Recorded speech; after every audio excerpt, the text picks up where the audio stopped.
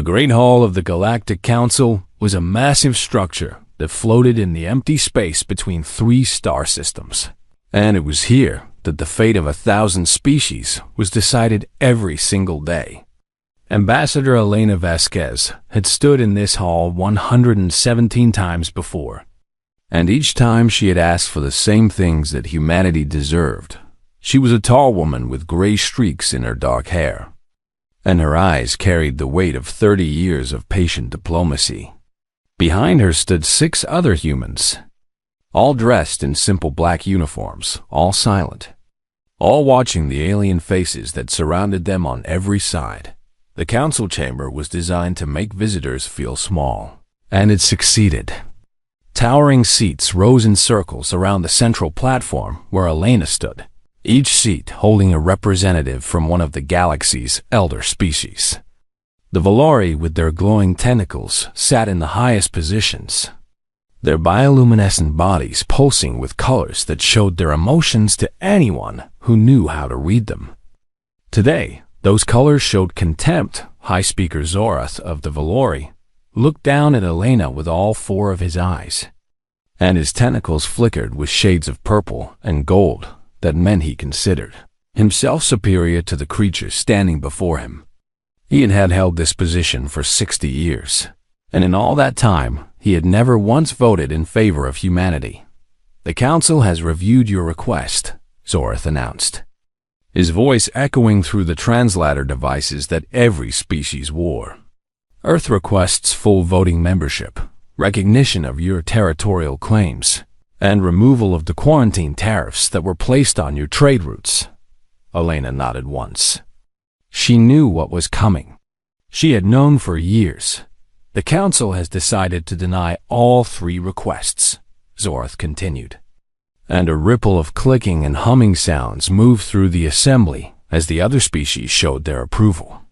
"Humanity has not demonstrated the maturity required for full membership. Your species is too young, too aggressive, and too unpredictable." The Kreth delegation, insectoid beings with compound eyes and sharp mandibles, clicked their approval loudly.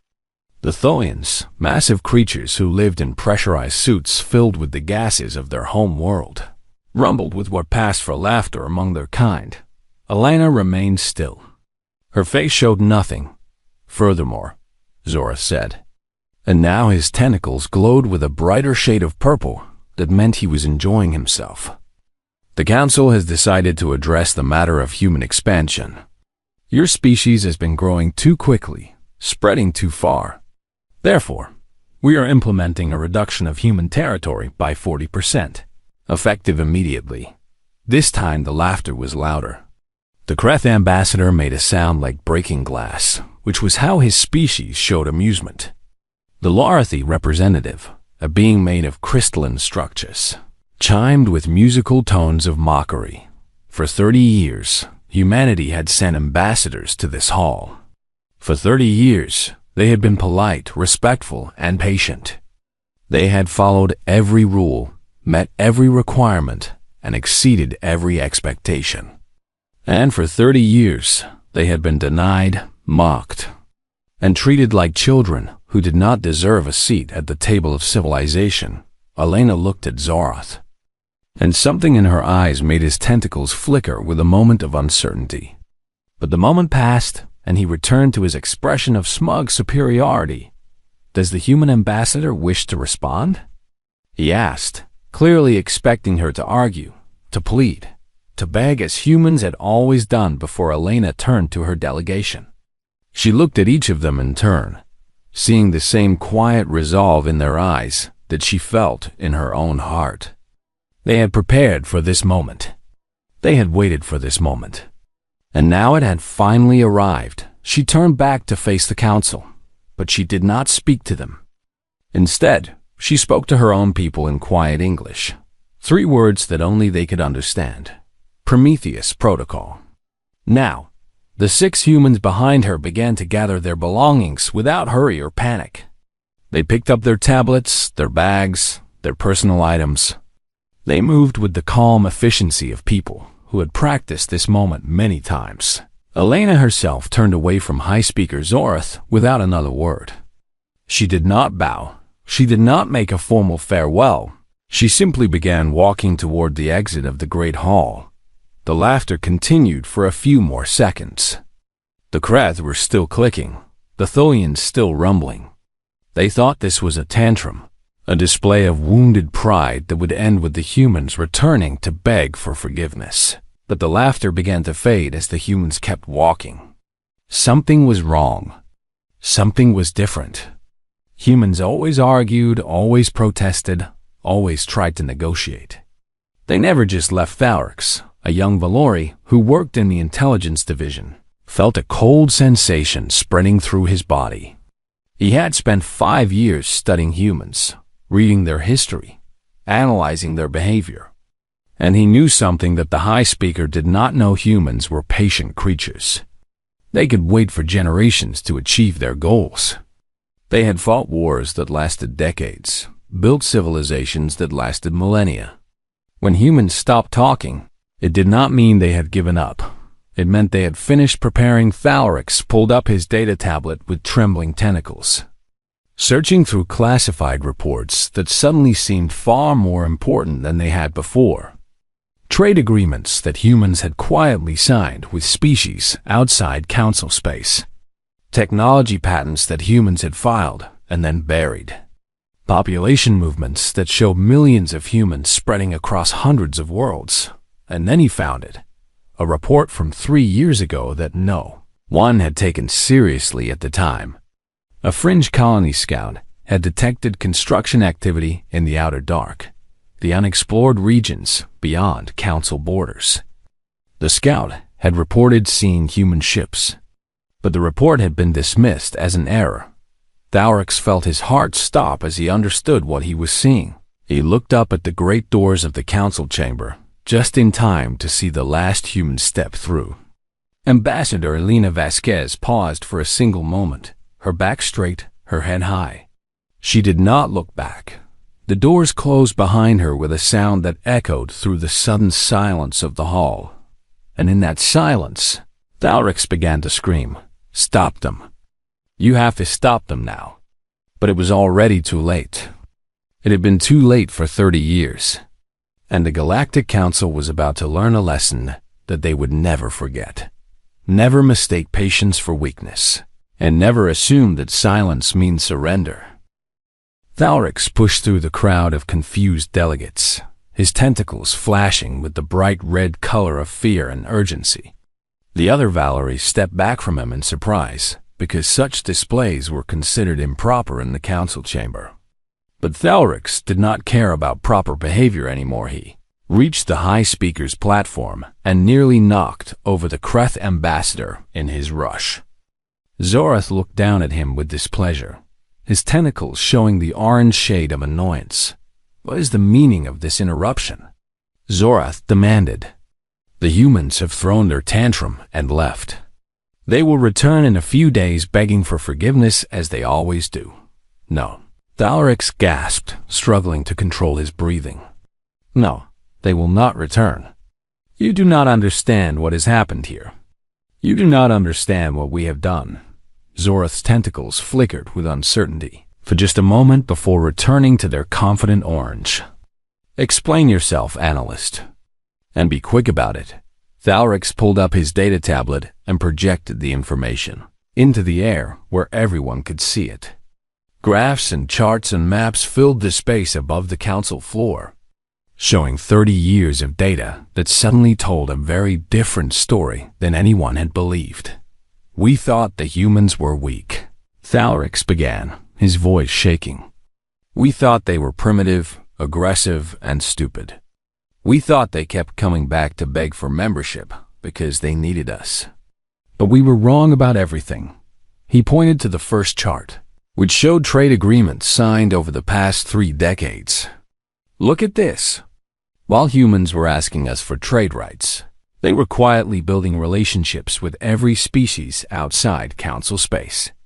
The exile clans, the fringe colonies, the wanderer fleets. All of them now have trade agreements with Earth. The Kreth ambassador made a dismissive clicking sound. Those are minor powers. They have nothing of value. They have territory, Thalrix responded. They have resources. They have routes through space that we do not control. And now they have human allies. He moved to the next display, which showed a map of council space with thousands of small dots scattered across it. These are human embassies and settlements on council worlds. We allowed them because humans were useful. They took the jobs that other species did not want. They worked in our factories, our hospitals, our power stations. Yes, Zorath said impatiently. They are good workers. What is your point? My point, Thalrix said, and his voice cracked with fear, is that there are 47 million humans living and working on council worlds right now. 47 million humans who run our power grids, maintain our medical equipment, manage our food distribution systems, and keep our communication networks operating. Murmurs spread through the council chamber as the delegates began to understand. When Ambassador Vasquez said those words in her language, Thalrix continued. She activated something called the Prometheus Protocol. I do not know exactly what it means, but I can guess. It means that every single human on every single council world just received orders to leave. They cannot leave. The Tholian delegate rumbled through his suit speakers. They have contracts. They have obligations. We will simply refuse to let them go. Thalrix shook his head, a human gesture he had learned from years of studying them. You do not understand humans at all. They will not ask for permission. They will simply stop working. They will pack their belongings and walk to the nearest human ship, and there is nothing we can do to stop them. Then we will arrest them. The Kreth ambassador clicked. We will force them to continue working. And then what? Thalrix asked. Force 47 million angry humans to maintain the systems that keep your people alive. Humans who know exactly how those systems work and exactly how to make them fail. Humans who have spent 30 years learning every weakness in our infrastructure. Silence fell over the council chamber. It was a heavy silence, filled with the dawning realization of a terrible mistake. High Speaker Zorath's tentacles had gone pale, losing their color as his confidence drained away. Surely you are exaggerating. We have our own technicians, our own engineers. We do not need humans, do we? Thalrix asked. He pulled up another display, this one showing maintenance records from across council space. The atmospheric processors on Valor Prime. Who designed the upgrade that keeps our air clean? Humans. The thermal regulators in the Kreth hatcheries. Who built them? Humans. The medical networks on Seluvis 4. Who programmed them? Humans. He looked around the chamber at the faces of 1,000 species, all of them beginning to show fear in their own ways. We gave humans the jobs we consider beneath us. We let them fix our machines and clean our cities and heal our sick.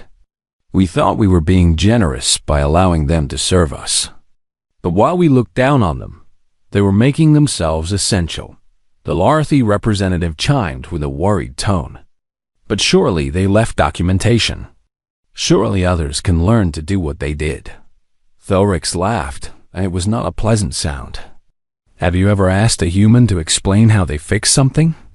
They do not think like us. They do not follow procedures and protocols. They improvise, they adapt, they find solutions that no one else would ever consider. Half of the systems they maintain have been modified in ways that are not in any manual because humans saw a problem and fixed it. Without telling anyone, he turned back to Zorath. And for the first time in his career, he spoke to the High Speaker without respect. You laughed at them. You mocked them. You took everything they built and gave them nothing in return. And now they are leaving, and they are taking all of their knowledge with them. Zorath's tentacles had gone completely white, the Valori color of pure terror. What do we do? He whispered. How do we stop this? I do not know if we can, Thalrix admitted. The humans have been planning this for 30 years. Every time we rejected them, they prepared a little more. Every time we insulted them, they became a little more certain that this day would come. He looked at the closed doors where the humans had departed. They did not walk away in anger. They walked away in silence because they had nothing left to say. They gave us every chance to treat them fairly, and we refused. Now, they are done asking. The emergency alarms began to sound throughout the council station as the first reports came in from across the galaxy. Human workers were leaving their posts. Human ships were departing from every port. And the great machine of galactic civilization was beginning to shudder as the people who kept it running simply walked away. The emergency session of the Galactic Council was nothing like the orderly meetings that usually took place in the Great Hall. Delegates were shouting over each other in a dozen different languages, their translators struggling to keep up with the chaos.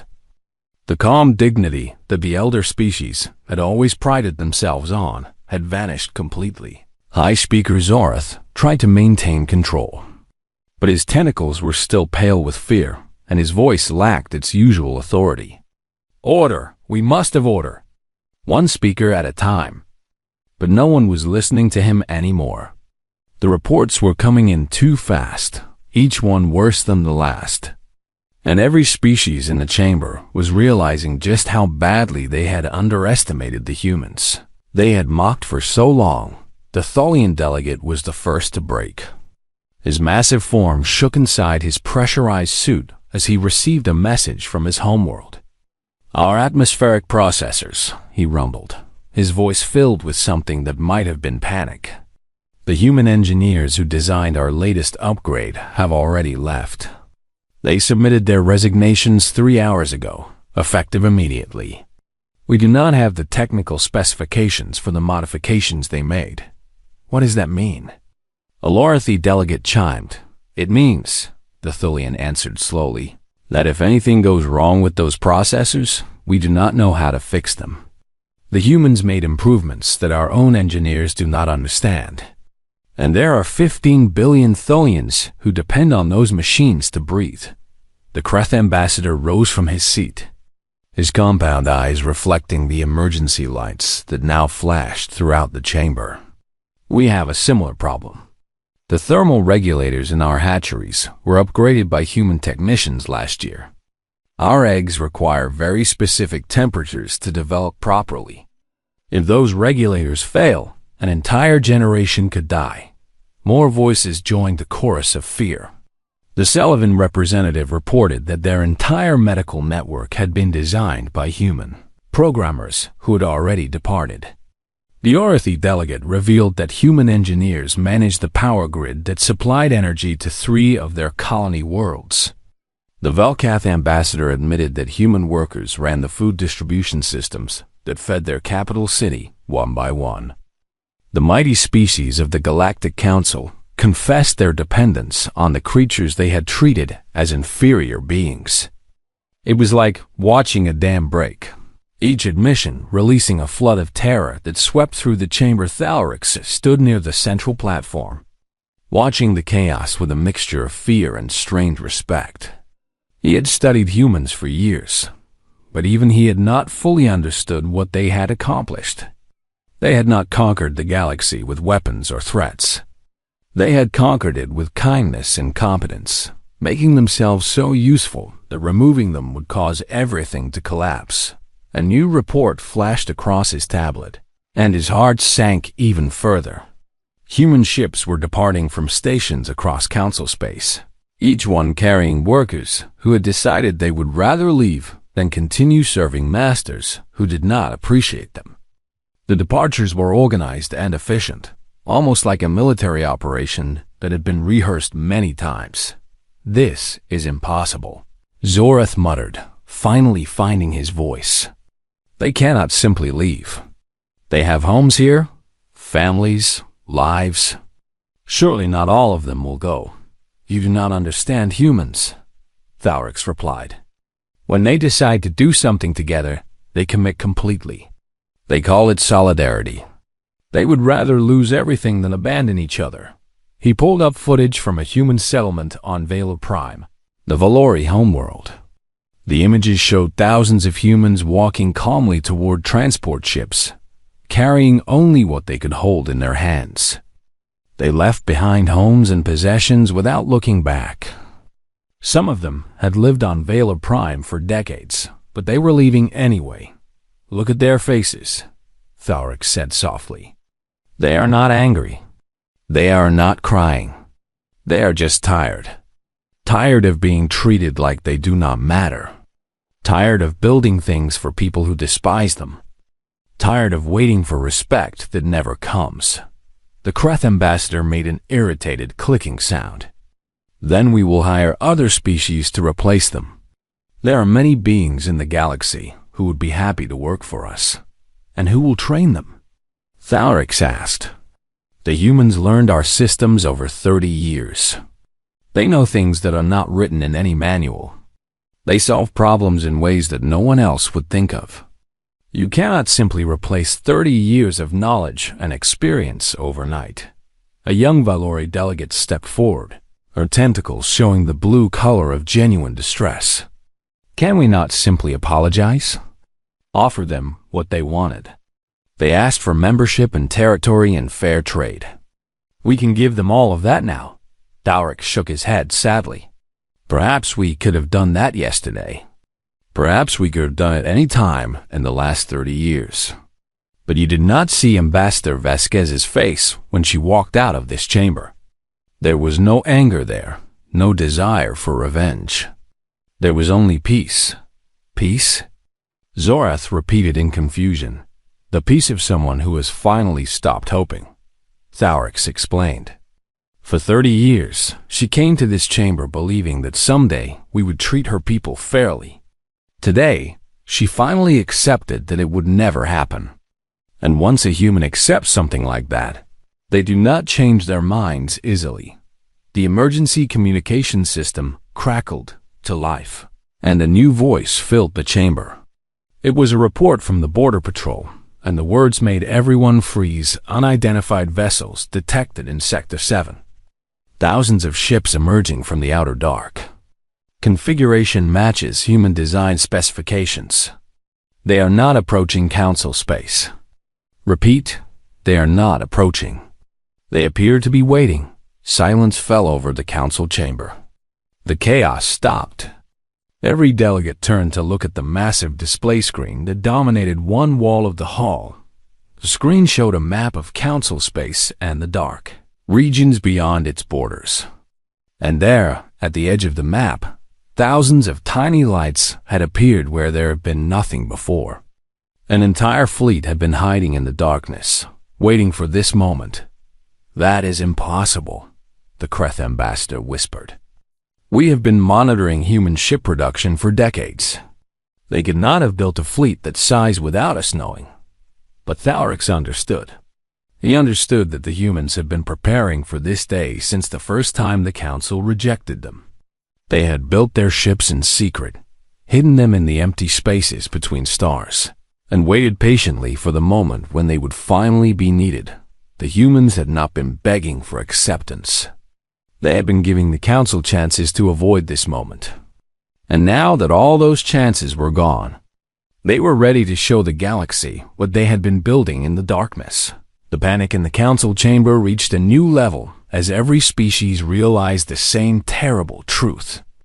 They had not been tolerating the humans. They had been dependent on them.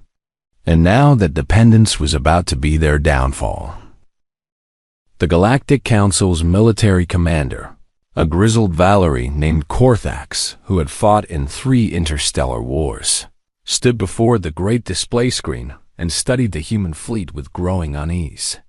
He had spent his entire career preparing for threats from hostile powers, but he had never imagined that the greatest threat would come from the species everyone considered too primitive to matter. Give me a full analysis, he ordered his staff. Ship types, weapon systems, fleet formations. I want to know everything. His officers worked frantically at their stations, scanning the distant fleet with every sensor available. But as the data came in, Korthax felt his confidence draining away. These were not the crude vessels that humans had been allowed to build under Council supervision. These were something else entirely, sir, one of his officers reported, her tentacles trembling with confusion. These ships do not match any human designs in our database. They appear to be far more advanced than anything we have seen from Earth before. How is that possible? Korthax demanded. We have been monitoring human technology for decades.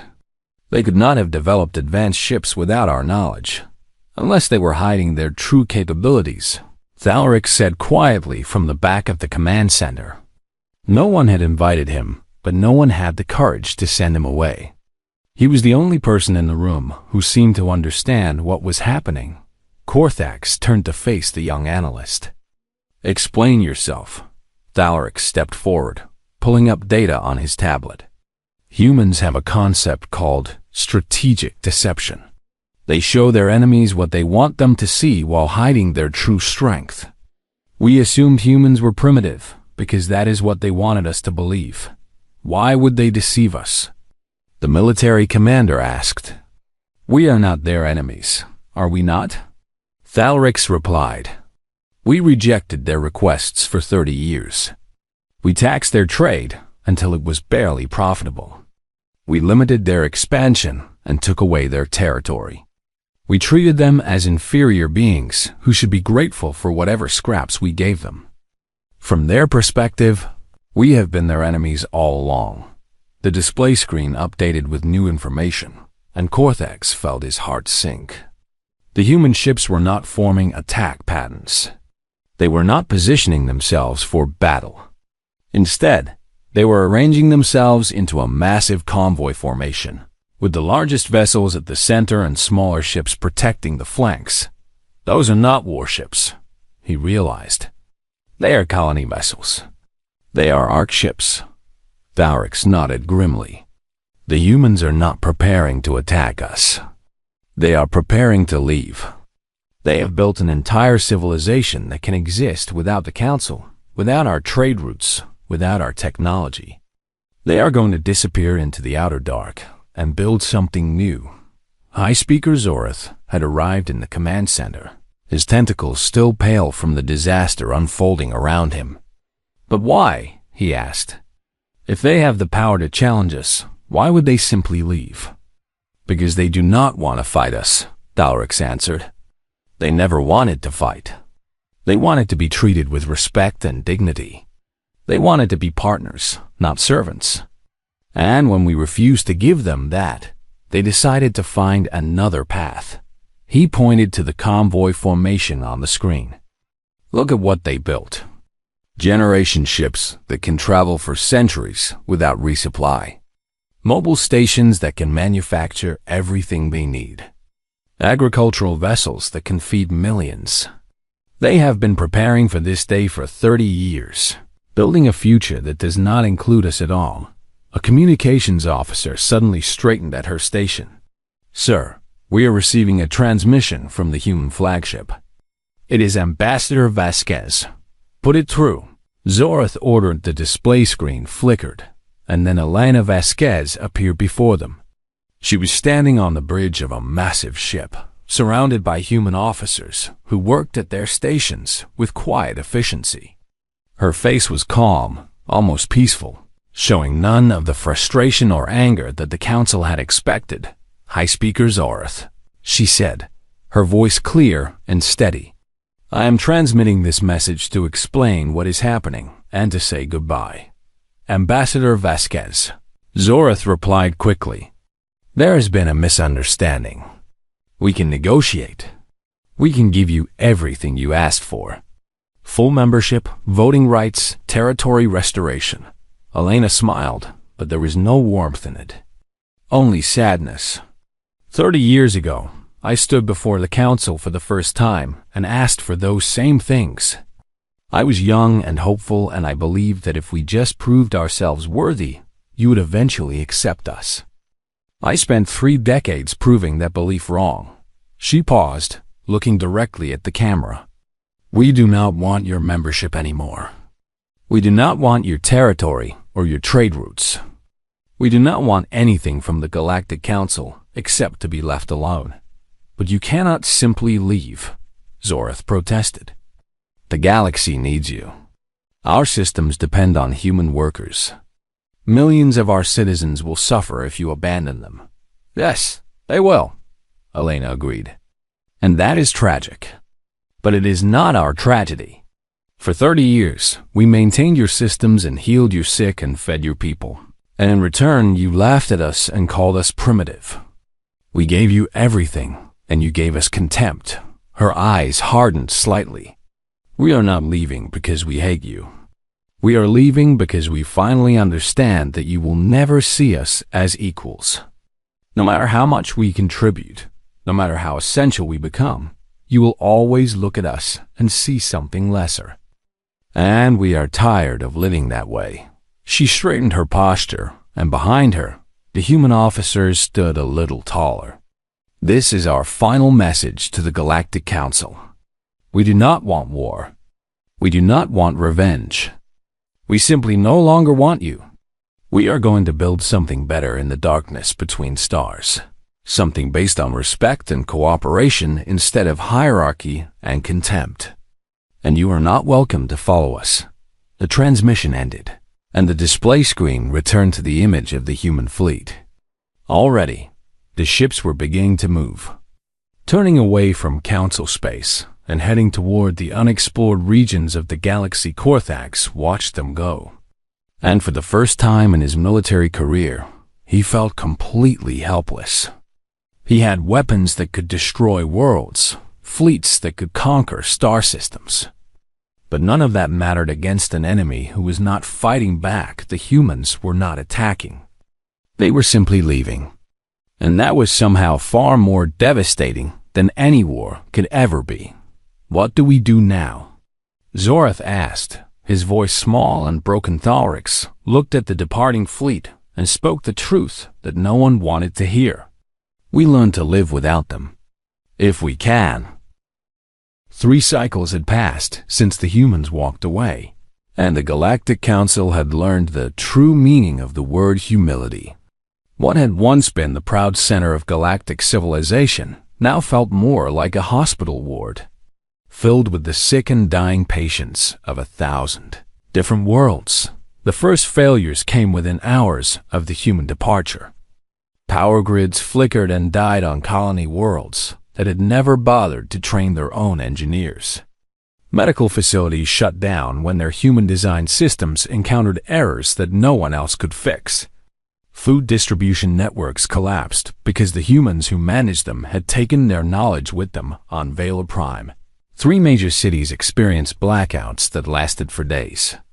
The Valori engineers worked frantically to restore power, but they kept encountering modifications that the human technicians had made without documentation. Solutions that made perfect sense to human minds, but seemed like incomprehensible puzzles to anyone else. The Kreth suffered worse. Their hatcheries experienced temperature fluctuations that killed thousands of unhatched eggs. The thermal regulators had been upgraded by humans who understood the delicate requirements of Kreth reproduction. And without those humans, the regulators could not be properly maintained. An entire generation was lost before Kreth scientists finally learned to operate the systems themselves. Even the mighty Thullians were humbled.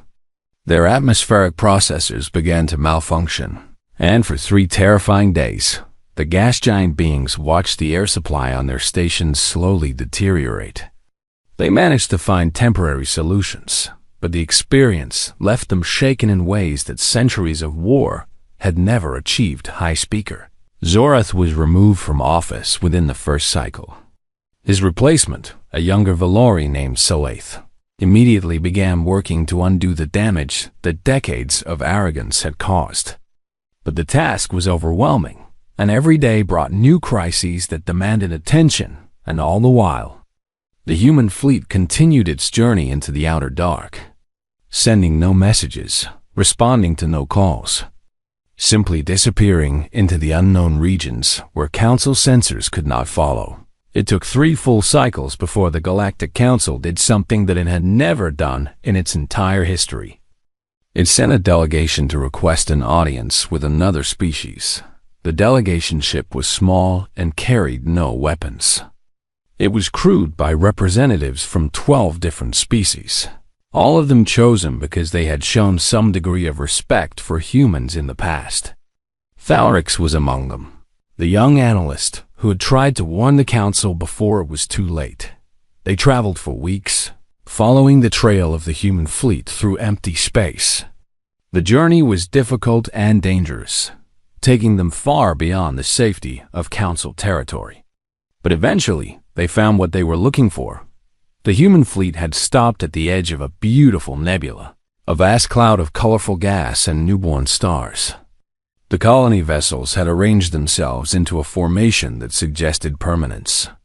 As if they had found the place where they intended to build their new home, the delegation ship approached slowly, broadcasting peaceful intentions on every frequency.